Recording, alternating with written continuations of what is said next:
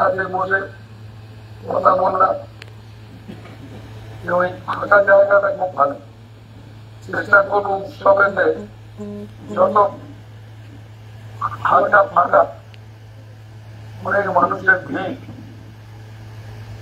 আর সামনে পূর্ণিমাতে উৎসব, গুরুদেবের জন্মদিন, সেদিন থাকবো। আর তোমরা তো আসবে নিশ্চিত, এবং ব্যবস্থা, কাজকর্ম তোমাদের কি করতে হবে নাকি? আর করতে হবে প্রতি বছর খুব ভালোই হয়, এবছরও খুব ভালো হবে।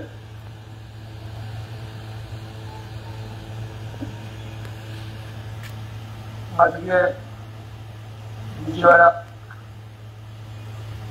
ভারী মজার ব্যাপার। ঠিক আমাদের পূর্ণিমা এসে থাকে, পূর্ণিমা, এবং আজকে মায়ের পূজা, লক্ষ্মী পূজা।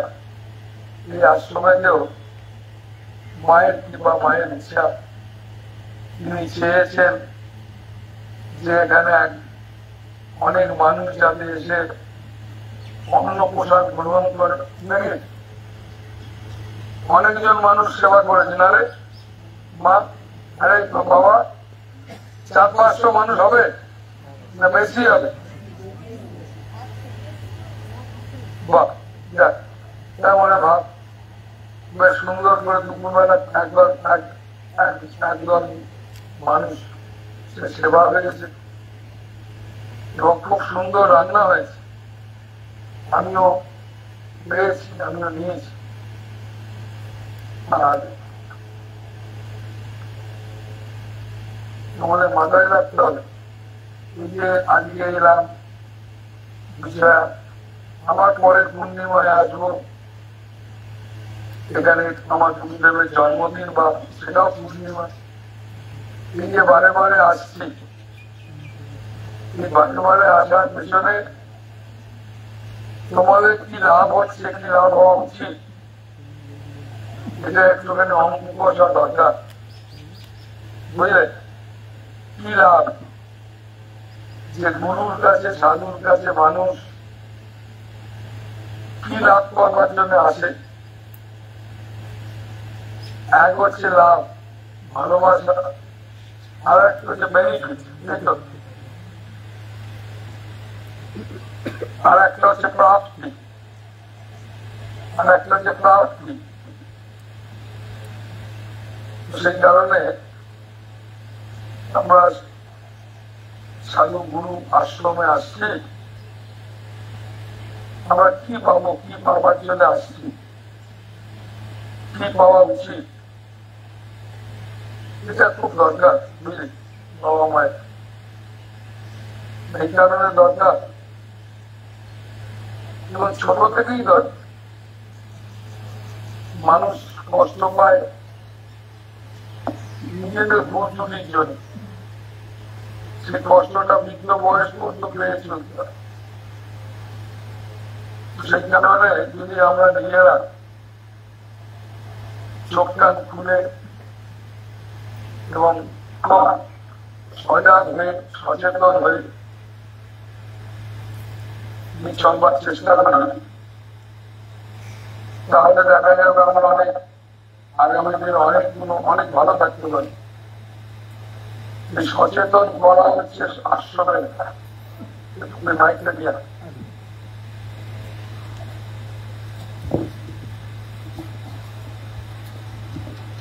মানুষকে সচেতন করা, মানুষকে সচেতন, আসতে ভালো ছিল, আসতেটা ঠিক আছে। হ্যালো, শুনতে পাচ্ছিস তো? এটাই ভালো। সচেতন হওয়ার জন্য চেষ্টা হতে হয় যে আমি যেন সচেতন থাকি, ভেতর থেকে সচেতন থেকে একটু বাড়িয়ে দেয়। এই কারণে সচেতন থাকি যে সময় যাতে নষ্ট না হয়, যাতে সংসারের কর্ম করা যতদিন বাঁচবে, যেই বাঁচো, সে আমিই বাঁচি আর তুমিই বাঁচো, এই মানব সমাজে যখন তুমি থাকবে ততক্ষণ তোমার কিছু কর্ম আছে,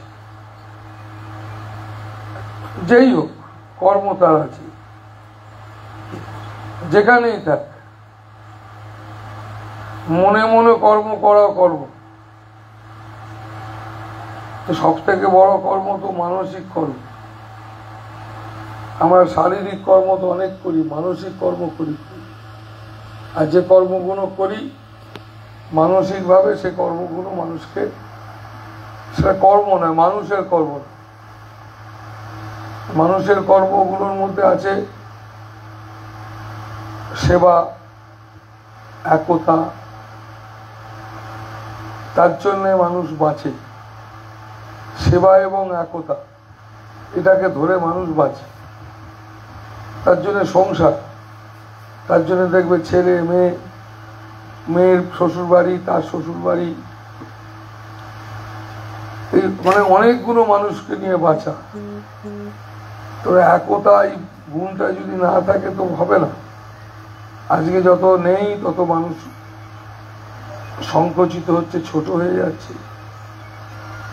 আর তোমরা ভাবছো ঠাকুর দেবতা ভগবান সব ধরে তুমি বোধহয় বেঁচে যাবে, কিন্তু হয়তো তোমার এই ব্যবহারিক জীবনে অনেক কিছু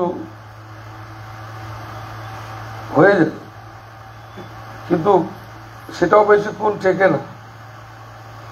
আমি নিজে ব্যক্তিগতভাবে বহু মানুষকে আমি বলেছি, দেখ এটা করবি না, এটা করিস না, তা কষ্ট পেয়ে যাবে, কুইজি বলেছি, বা এটা করবি না আগামী দিনে। এই সেই আমি দেখি মানুষ ভীষণ স্বার্থপর, প্রচন্ড স্বার্থপর, ভয়ঙ্কর স্বার্থপর, এর জন্য প্রতিনিয়ত কষ্ট পায়, আর পাচ্ছে, পাবে। এবং দেখেছি আমি সেই মানুষগুলো, কেউ কেউ আবার দেখেছি শোনে বলে পুঙ্খানুপুঙ্খানু শোনে, শুধু না অনুভব করার চেষ্টা করে। পাথর হলে তো হবে না, তুমি একটা নিরেট পাথর, কি হবে? তোমার অনুভব করার ক্ষমতা নেই, তোমার মধ্যে কোনো ভাব, চিন্তা ভাবনা, ধারণা এসব নাই। তো সেই কারণে এই সমস্ত জিনিসগুলো মানুষের মধ্যে খুব শক্তপোক্ত করতে হবে, জানিস? কারণ প্রচুর মানুষকে বলেছি, তারা পরবর্তী জীবনে খুব কষ্ট পাচ্ছে। তো পাচ্ছে, পাবে, পাবে কেন না? তাকে বলেছি আমি যে তাকে করবি না, হিসেব করে চলে, ঠিক কর জিনিসটাকে, ভাবতে হবে। অনেক মানুষ শোনে, অনেক মানুষ শোনে না। যারা শোনে না দেখতে পাই কষ্ট পাচ্ছে। কেন বলি কেননা আমাদের কাজ সবসময় জানবে যারা সাধু মহাত্মা, তারা অনেক দূরদর্শী সম্পদ, তারা অনেক দূর পর্যন্ত দেখতে পায়। সেই কারণে যেহেতু তারা অনেক দূর পর্যন্ত দেখতে পায়, সেই জন্য তাদের কথাবার্তা, ভাবনা, চিন্তাগুলো বোঝাও খুব মুশকিল। তুমি তো তোমার জগতে আছো, তুমি ভাবছো তোমার জগৎ থেকেই তুমি দেখছো, তুমি তোমার জগৎ থেকেই দেখছো কি হাসছে, কি গল্প করছে মুখটা, কিন্তু হাসছে, গল্প করছে তৈরি। তো সেই কারণে সে কতদিন করবে, কতদিন হাসবে, কতদিন গল্প করবে। তাই তোমার জীবনে তোমাকে যদি ঠিক ঠিক আগামী দিনে ভালো থাকতে হয়, তাই খুব দরকার আশ্রমমুখী হওয়া, বুঝলি? তোমরা হতে পারছো না কেন? না তোমাদের কাছে ভুল ভাবনা আছে, তোমাদের কাছে ভুল ভাবনা আছে। গুরুদেব পদ বলে, তুই বললে আমি গুরুদেব আপনার সঙ্গে ঘুরবো বলে ঘর ছেড়েছি, ভুল করে। গুরুদেব আপনার সঙ্গে সঙ্গে মাঝে মাঝে ডাক পাবো, মাঝে মাঝে আমার মনের কথা বলবো বলে আপনার কাছে দীক্ষা নিয়েছি, ভুল করেছি, চরম বাজে কাজ করে ফেলে। যাকে তুমি গুরু করবে তাকে তুমি আগে ভগবান ভাবতে পারবে না, কি শ্রদ্ধার আসনে বসাতে পারবে। যাকে তুমি দীক্ষা নিচ্ছ গুরু, তাকে তুমি হৃদয়ে বসাতে পারবে কি তাকে ভাবো, তারপরে দীক্ষা নেবে। না ভাবতে পারলে নেবে না। কিন্তু তুমি এসব তোমার চিন্তা ভাবনাই, তুমি স্বার্থের মধ্যে ঘুরে বেড়াচ্ছ। তুমি কি গুরুকে ভালোবাসো, কি তুমি পথ ধরো, তোমার স্বার্থের পথ। তুমি স্বার্থ ছাড়া কিছুই বোঝো না, কোনো ভাষা তুমি বোঝো না। তো সেই জন্য আমায় করতে গিয়ে বিশ্বাস কর, আমাকে এই আশ্রমও খুঁজছি কেন, দৃষ্টি পড়েনি, এখন পড়েছি। কি খুঁজছি বলতো, একটু ত্যাগী মানুষ, যে মানুষগুলো এই একটু বোঝবার চেষ্টা করতে পারছে যে ছেলে মেয়ে বউ সংসার টাকা পয়সা গাড়ি বাড়ি যেসবগুলো ভগবানের কাছে চাই আমরা, সেগুলো মিথ্যে বাজে জিনিস, যেগুলো থাকবে না, যেগুলো যাবে না, এইসব জিনিস ভগবানের কাছে চাই। যেটা বুঝতে পারছে সেইরকম ধরনের মানুষকে চাই আমার। আর তার জন্য আমায় কি করতে হয়, যেখানেই চলি বুঝলি, তুই আমার পুরনো দীক্ষিতই হয় নতুন, কেন আমি তো ফকিরি করি না, আমার কাজ তো ফকিরি করা। ফকিরি করা মানে কি, তুমি কালকে বলো বাবা আপনার সঙ্গে কথা বলতে চাই, নিশ্চিত বলতে পারবে, কবে বলবো তা তো জানি না, সেটাই বলবো। কেননা আমার কিছু ডেরা আছে, আমি সেসব জায়গায় থাকি, তুমি সেসব জায়গায় যাবে আর তুমি বলবে না আমার ওখানে বাবা আমার মাসির বাড়ি, গিয়ে মাসির বাড়ি হাজির হবে, মাসিকে জিজ্ঞেস করবে। তো মাসিও যদি গিয়ে হাজির হয় আশ্রমে, যে বাবার সঙ্গে কথা বলতে চায় আমার ভাগনা বা আমার বোনপো, সে আশ্রমেতে যারা আমার অফিসে বলে তারা তোমাকে এই কথাই বলে যে দেখো বাবু আমি বলতে পারি, তিনি সাধু মহাত্মা, তিনি সকালবেলা হাঁটতে যান তখন তিনি তোমার সঙ্গে কথা বলবেন কি নাই বলতো। প্রথমেই তোমায় মানা করবো, কারণ উনি বিরক্ত হয়।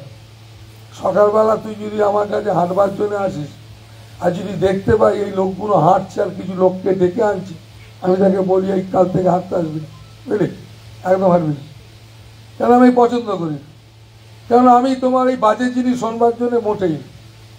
হ্যাঁ তুমি যদি বলো শুনবেন কিনা, শুনবো, তার জন্য হবে তোমাকে টাইম না, তোমাকে সময় দিতে হবে না, অপেক্ষা করতে হবে। তুমি এমন কে লাগছে, স্বার্থ তো তোমার, আমার থরি, তোমার দরকারে তুমি গেছো, তুমি ঘুরে বেড়াও, ফকিরের ব্যাপারটা তাই, বুঝতে পারছিস।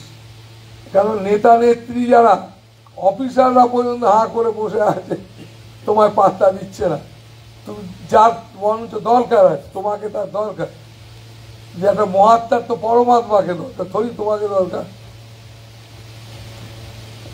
কেন আমার তো ভোটের ব্যাপার নাই, আমার কিছুই ব্যাপার নেই, কেন তোমার পেছনে আমি পড়তে যাই। তো সেই কারণে আমি শুধু না, এটাই মহাত্মা জাতের চরিত্র, এটাই স্বাভাবিক। তুমি নতুন পুরনো বাড়ি দান করেছি, তার জন্য তুমি যদি বাড়ি দান করো আমার আশ্রয়, তোমার সমস্ত দায়িত্ব আশ্রয়, একবারে নিশ্চিত আশ্রয় সেটাকে আলবাত করে। তা বলে তুমি মাঝে মাঝে আমি বাড়ি দান করেছি বলে পার্টি পেয়ে যাও, বলে বাড়ি ফেরত নিয়ে চলে যাও, সন্ধ্যা আশ্রম থাকবে, যা বাড়ি যাবো কেন, দুটোই বলবে, দুটোই আমার আশ্রমের নির্দেশ আছে। তো সেই কারণে তোমাদের মাথায় রাখতে হবে যে তুমি যে গুরুর কাছে যাচ্ছ, তিনি গুরু, তিনি সাধু, তিনি মহাত্মা, তার পথ তোমায় ধরতে হবে, তার দেখানো পথে তোমায় চলতে হবে, তোমার সংসারকে সেই মতো করে ভাবতে হবে, দেখতে হবে, এবং যাতে করে তোমার মধ্যে জ্ঞান অর্জন হয়, তুমি জ্ঞান অর্জন করতে পারো। মানুষ জ্ঞান অর্জন করলেই মানুষ ধীরে ধীরে তার নিজের ভুল ত্রুটিগুলো বুঝতে পারে এবং নিজের কোনটা করা উচিত কোনটা করা উচিত নয় ভাবতে পারে, এবং না তার বাজে বাজে স্বপ্নগুলো ত্যাগ করতে পারে, তার ভুল পথটাকে সে বুঝতে পারে, আমি ভুল পথে চলেছি, এটা বাদ দিতে হবে। এই সমস্তটা মানুষ করবার জন্য তার জ্ঞান চাই, তোমার সব আছে, তোমার ভক্তি টক্তি সব আছে। যেহেতু তোমার জ্ঞানের অভাব আছে, তার জন্য তোমার ভক্তি এত পবিত্রতা তোমার মধ্যে আছে, সেই পবিত্রতাটা ফুটে বেরোতে পারছে না। কেন? অজ্ঞতার জন্য। তোমার যে ভেতরে অজ্ঞতা আছে, সেই অজ্ঞতাটাকে তোমাকেই দূরে সরাতে হবে। তোমার জ্ঞান চাই, তো জ্ঞানের জন্য গুরুর কাছে যেতে হবে। তুমি এত বছর আসছো, এত বছর মিশছো, কি জ্ঞান লাভ করে যে তোমাকে তুমি স্থির করতে পারো? তুমি জ্ঞান লাভ করো না, তুমি মাথায় হাত বোলালে গুরুদেব আমার ভালো থাকবে, গুরুদেব যদি বলে দেয় আমার ভবিষ্যৎ তাহলে ভালো হবে। কি ভবিষ্যৎ বলে তোমার ভালো হবে? কি ভবিষ্যৎ যদি আমি বলে দিই কি ভালো হতে পারে? তুমি তো কিছু নিয়ে যেতে পারবে না, জগতেরও কোনো উপকার করবে না। যা তোমার মনের অবস্থা, তোমাদের মানসিক অবস্থা, এক বাড়িতে দুটো বউ মিল নাই, দুই ভাই মিল নাই, স্বামী স্ত্রী, ভাই ভাই, কারোর সঙ্গে কোনো মিল। এটা তোমার বাড়িতে না, আমার আশ্রমে তো ওটা, আশ্রমে তো বিভিন্ন জায়গা থেকে সব এসেছে, তোমারই মতো ছেলে মেয়ে সব আশ্রমে এসেছে। তোমরা বিভিন্ন জায়গা থেকে এসেছো, যারা প্রতিদিন আসা যায় তারাও, যারা থাকে তারাও। মানে এগুলোকে বলে জীবাত্মা। জীবাত্মা মানে এই মানে সংকীর্ণতা। জীব মানে ছোট, জীবের স্বভাব মানে ছোট স্বভাব, আর শিবের স্বভাব মানে অসীমত। তাই আমাদের এগোতে হবে কোন দিকে না? শিবের স্বভাব মানে গুরুর স্বভাব। গুরু মানে যিনি সদ্গুরু, তার সেই অসীম অনন্তের সেই প্রেমে। তো সেই কারণে তুমি তোমার বউয়ের হাতটা বলছো, বউ বা তোমার স্বামীর হাতটা বড় সুন্দর, ওহ তোমার হাতটা কি সুন্দর, এছাড়া মৃত্যুর দিন পর্যন্ত বলতে পারি। যদি হাতটা এই হাটের সঙ্গে যুক্ত আছে বলে মনে করো, সবসময় যদি মনে করো আমার বইয়ের হাতটা কেন সুন্দর, স্বামীর হাতটা সুন্দর কেন, না হাটের সঙ্গে যুক্ত আছে, হৃদয়ের সঙ্গে যুক্ত আছে, এটা যদি মনে করো তাহলে ভালো থাকে। আর তুমি যারা হৃদয়ের কোনো ব্যাপারই নেই, এমনি হাত দেখছো, কতদিন ভালো লাগে? তার মানে তোমার দেখা ঠিক হচ্ছে না, কেমন তোমার দেখাটা ঠিক না। এই ঠিকটা তোমাকে গুরুর কাছে এসে এই সম্বন্ধে জ্ঞান নিতে হবে। জ্ঞান নেওয়ার জন্য আলাদা তুমি আসন পেতে বসতে হবে, একবারে অমুক তা ব্যাপার না। তোমায় জ্ঞান নিতে হবে, জ্ঞান নিয়ে তোমাকে বুঝতে হবে। তাই জন্যে শুনতে হয়, মনন করতে হয়। কেমন? শোনো এবং মনন করো। তাই প্রত্যেক দিন একবারে গুরুর চরণে ফুল দাও। এই ফুল দেওয়া এটাই তো পূজা। এই যে 10 মিনিট আমি গুরুর দিকে মন, অন্য কোনো দিকে মন নেই। তারপরে তুমি সংসারের কাজে লাগতে সংসারের কাজে লাগতে, দোকান ব্যবসা বাণিজ্য যার যেটা লাগতে গিয়ে আমাদের আশ্রমে শপথ আছে, দেখ শপথ বাক্য পাঠ করো, কিঞ্চিত মাথায় রাখো, তাতেও দেখবে তোমার গাড়ি চলতে। এই করতে করতে তুমি তোমার বাজে অভ্যাস থেকে তুমি নিজেকে পরিবর্তন করতে হবে। এই যারা দেখবি কাম, লোভ, সেক্স, ক্রোধ, ছেলে মেয়ে মানুষের মধ্যে সব যাদের মধ্যে অতিরিক্ত, তার মানে কি এই সব অতিরিক্ত ভাবনা চিন্তা করে, বুঝলি না? তুই মৃত্যুর দিন পর্যন্ত থাকবে, বুড়ো হয়ে গেল তা যাবে না। তুমি দিন রাত এইসবই ভাব।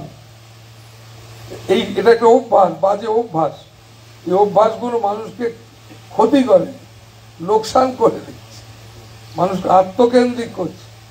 এই অভ্যাসগুলো একটু একটু করে বাচ্চা থেকে ছেলে মেয়েরা যদি শুনতে থাকে, ভালো চর্চা করতে থাকে, আশ্রমমুখী হতে থাকে, তাহলে কি হয় না, একটু একটু করে তার অভ্যাসটা ভালো অভ্যাসে পরিণত, ভালো সংস্কারে পরিণত। কেমন? তাহলে তুমি ভেতর থেকে দেখতে পাবে, ভেতর থেকে বুঝতে পারবে, ভেতরে পরমাত্মা আছেন অনুভব করতে পারবে। তাই ছোট ছোট ছেলে মেয়ে, বৃদ্ধ মানুষ যেই হোক, পরমাত্মার কামনা বাসনার কাছে আবার বুড়ো আবার চোখরা,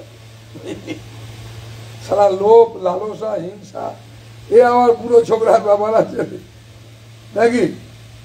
তো এর থেকে তোমাকে বেরোতে গেলে তুমি ভেবেছো পণ্ডিতের কাছে গিয়ে দুটো শ্লোক শিখলে হয়ে যাবে?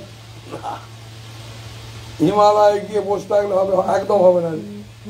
তুই সারা বৃন্দাবন ছুটে বেড়া, একদম হচ্ছে না। অনেকেই দেখবি বলছে বৃন্দা কেঁদে ফেলছে, অনেক মহাপুরুষ তারা বলছে এই করো সেই করো মুখ করো, কাঁদছে। হাজার হাজার লোক ছুটছে, ইউটিউবাররা ছুটছে, প্রচার চলছে, বুঝলি? সবাই পাগলের মতো ছুটছে বোধহয় ওরে এমনি ব্যাপার খায়। মানুষ ইমোশনালি ছুটছে দুদিনের জন্য। কেমন? আজকে মানুষ ইমোশনালি ছুটছে। ইমোশন ভালো, মাথায় রাখতে হবে তোমার ব্যালেন্স না থাকলে খুব কষ্ট হয়। তাই তোমার মধ্যে যাতে সামঞ্জস্য রক্ষা করতে পারো, কাম, লোভ, লালসা, হিংসা, এসব জিনিসগুলো তাপ, এগুলো সহ্য করতে পারো। যখনকার জিনিস তখন করবে, এখন অর্জন করো, শক্তি অর্জন করো। তো সেই কারণে বাবা মায়েরা বাচ্চা ছেলে মেয়েদের মধ্যে ভালো সংস্কার, নিজেদের মধ্যে ভালো সংস্কারের জন্য অন্তত এই ভালো সংস্কারের জন্য অন্তত আশ্রমে আসা অভ্যাস করে খুব দরকার। এটা কোথাও পাবে ভালো সংস্কার, কোথাও কেউ দিতে পারবে, বুঝলি? ওই তোমার আসা যাওয়াটাই দিতে পারবে, আসা যাওয়াটাই সাধনা। ওই ভগবান রসগোল্লা থরি খায়, ওই রসগোল্লার যে তোমার ভাব, আমার ঠাকুরকে আমি গুরুদেবকে, আমার গোপালকে আমি তালের বড়া খাব, এই ভাবটা তুমি যে ভাবছো, এই ভাবটা তিনি গ্রহণ করেন। কেন? এই ভাবটাই তো পবিত্র, এই ভাবটা পবিত্র বলে তিনি গ্রহণ করেন। আর এই ভাবটা তোমার যতক্ষণ থাকবে ততক্ষণ তোমার মধ্যে কোনো অভাব থাকবে না।